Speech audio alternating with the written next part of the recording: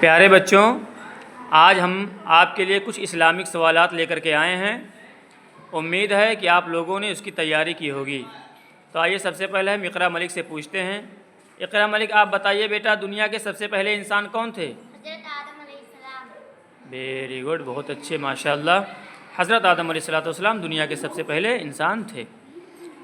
آپ دوسرے سوال کا جواب دیجئے، دنیا کے سب سے پہلے نبی کون تھے؟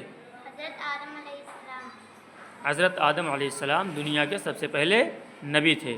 آپ لوگ سوالات کا جواب پورا دیا کیجئے۔ عطیہ ملک، آپ بتائیے، کس نبی کے بیٹے نے اپنے بھائی کا قتل کیا اور اس کا کیا نام تھا؟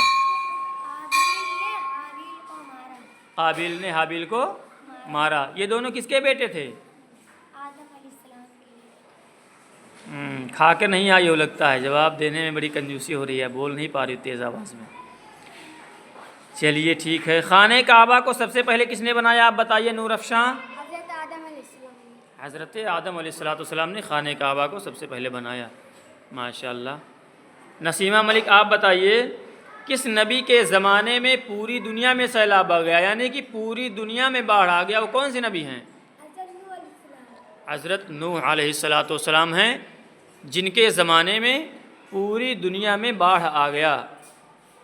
ناظرین کرام، آپ لوگ ہمارے ایک سوال کا جواب دیجئے، وہ کون سے نبی ہیں جو 1000 سال تک زندہ رہے لیکن کبھی بھی انہوں نے زمین کا پانی نہیں پیا؟